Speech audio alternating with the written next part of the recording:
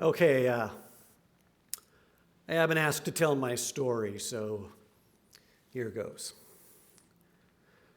Most of you probably have heard of me before, but from a time in my life so long ago, it hardly seems real anymore. Well, my name is Timmy.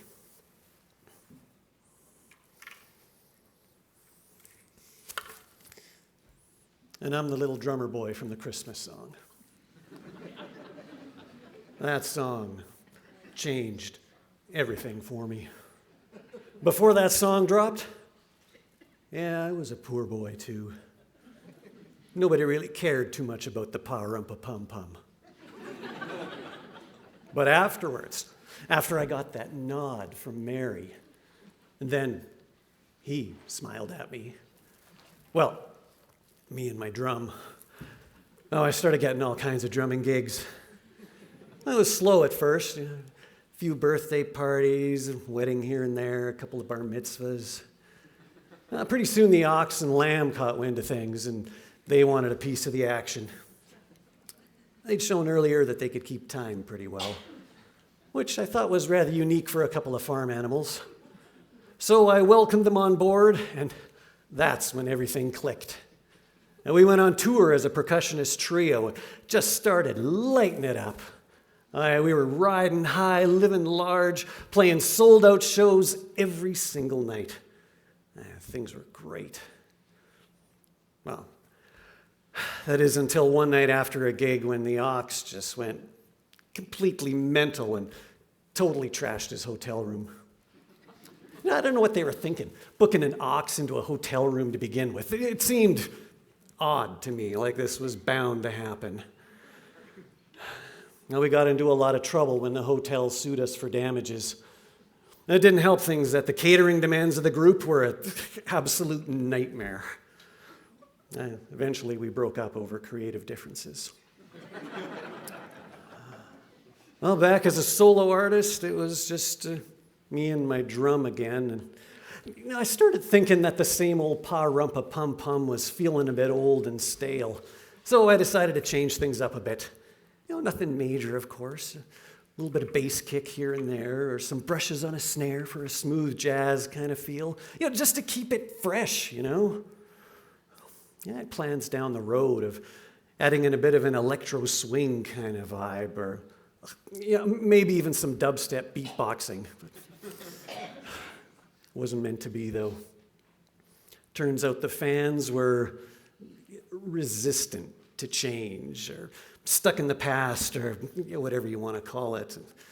All kinds of nasty things got written about me in the press. People started showing up at my concerts with these big protest signs and yelling all kinds of stuff out at me like, "Where's the pa-rumpa-pum-pum? We don't want any of this bomb chicka pow pow." Well, a few years had passed by then. I'd recently turned 13.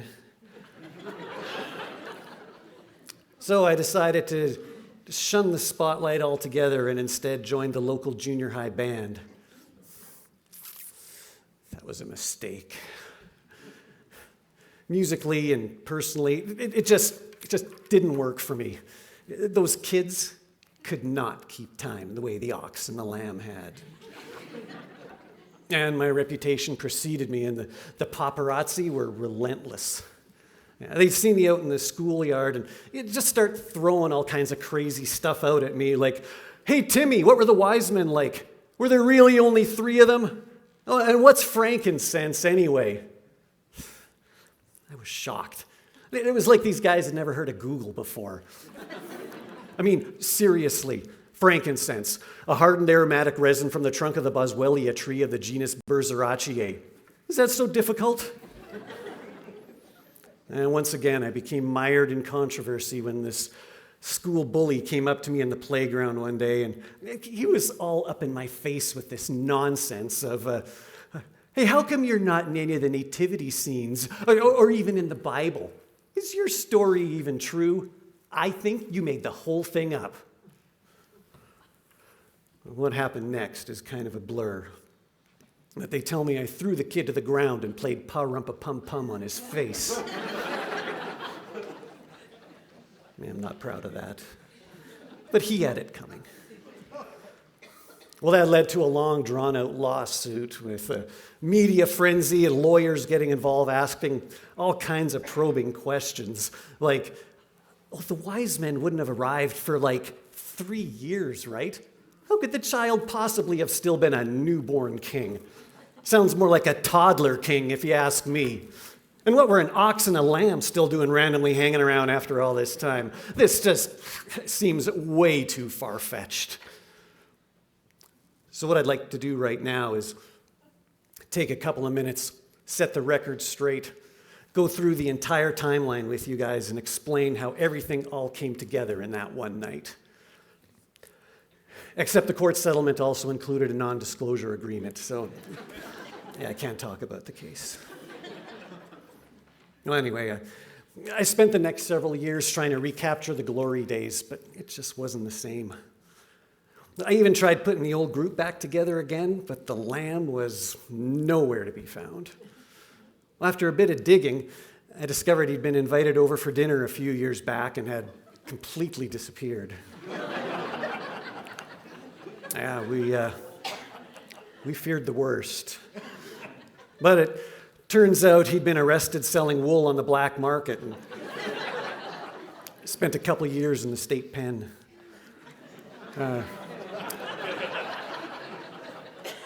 I had to laugh over the irony of that one myself. Sheep pen. Whatever. Well, I heard after he got out, he found himself a nice little ewe to settle down with. They had a whole flock of lambs of their own. I'm happy for him. I truly am. That's not the life for me, though. I've been able to live pretty well off the royalties from the song, but I crave something more. And it was that hunger that drove the Ox and I back into the recording studio earlier this year. We've been working on something pretty special. In fact, I'm happy to announce that we've got a new album coming out middle of next month. It's called Drummer Man and the Ox, Back in Time. Really proud of our work on this one. It's got some killer tracks. Oh, and I'm sure our fans will be happy to know that we went back to our roots, and it's got a ton of pa-rumpa-pum-pum on it. That's about all I have to say for now, I guess. It's been a rocky road at times, but it's made me who I am today. One other thing.